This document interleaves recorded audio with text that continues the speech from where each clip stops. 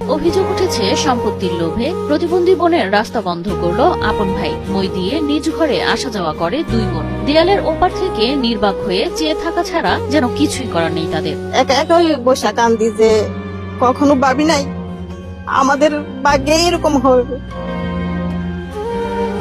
সগম দিয়া নামি সগম দিয়া উঠি বাজার থেকে আনি সগম দিয়া নাই না। বড় বোন মই দিয়ে কষ্ট করে আসা যাওয়া করলেও প্রতিবন্ধী হওয়ায় 1 বছরের বেশি সময় ধরে ঘর থেকে বের হতে পারছেন না 35 বছরের প্রতিবন্ধী বোন কামরুন নাহার। মানে আমুক দিয়ে আদি আছি, এভাবে হাঁটি, এভাবে হাইটা চলাফেরা করি, যা আমার প্রয়োজন যা কিছু এগুলি চালাই।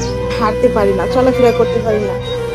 মনে করেন আমি ভিতর থেকে বাইরেও যেতে পারি না, রাস্তা মাস্তা নাই, কিছুই নাই। প্রতিবন্ধী ছোট বোনের ঘরের প্রবেশ পথ চতুর্দিক দিয়ে বন্ধ করে দিয়েছে আপন বড় ভাই, এমন অভিযোগ তুলেছেন দুই বোন। সম্পত্তির লোভে নিজের ভাইয়ের এমন নির্মমতায় নিজ ঘরেই আসা যাওয়া করতে ব্যবহার করতে হচ্ছে মই। কষ্ট কি আমার চাই আরো ব্যথা করে, 2 দিন ওইখান থেকে পড়ে গেছি, পড়ে ব্যথা হয়েছে।